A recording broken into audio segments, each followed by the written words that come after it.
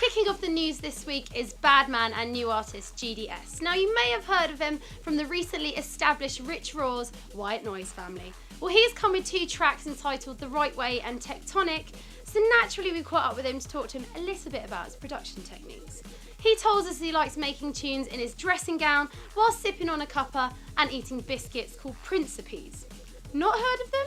Neither had we, and he explained that he has to go all the way to Spain to get these and always comes back with a suitcase. Next up is a guy that's absolutely no stranger to you and me. It's the one and only production genius, that is Calibre.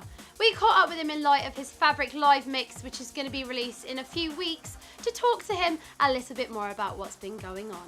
And for a man that's not one of many words, that usually lets his music do the talking, we've managed to pin him down for an exclusive Deeper Than Deep interview, where he revealed he's not just going to be releasing 1, not 2, but 3 entire albums in 2013 for you lucky lot. The first one's going to be D&B focused, the second's going to take on more of a singer-songwriter approach, named under his actual alias of Dominic Martin, which is his true identity, entitled Valencia, and the third is going to be focusing on a more eclectic taste, which is going to prove more of a shelf life with longevity.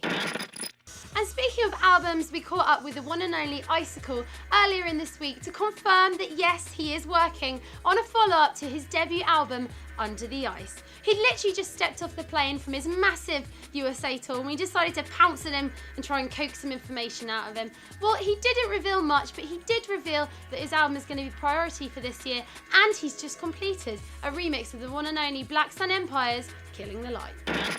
So we caught up with a lady this week that is pretty much hot property in the D&B circles right now. Her name is Fleur, and you may know her from co-fronting DJ Fresh's live tour, which was going around all of last year and is soon to be hitting Australia this year.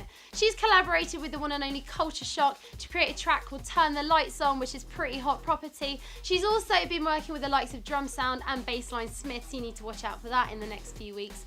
We caught up with her and we asked her about her collaborations with drum and bass artists, and she said that it was far more rewarding than being in a girl band, and we'd have to agree with her. Not that we're biased.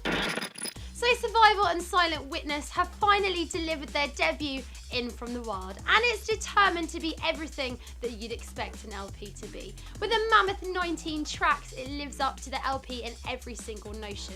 Now, it was supposed to be released last autumn, but they promised they've been extremely meticulous with their production and delivered something they're extremely happy with.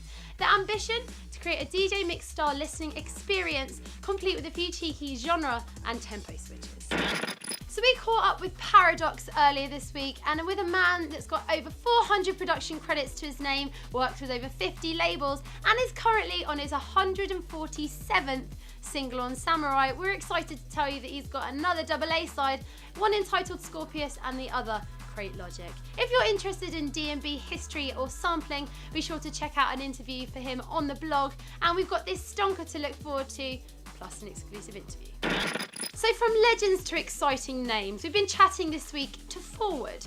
Now, the Austrian foursome have released a massive Aftermath EP on Audio Porn featuring the Dirty Phonics fave, Youth Star. Now, we know about 4 as a magic number in D&B. Take, for example, Bad Company or Pendulum.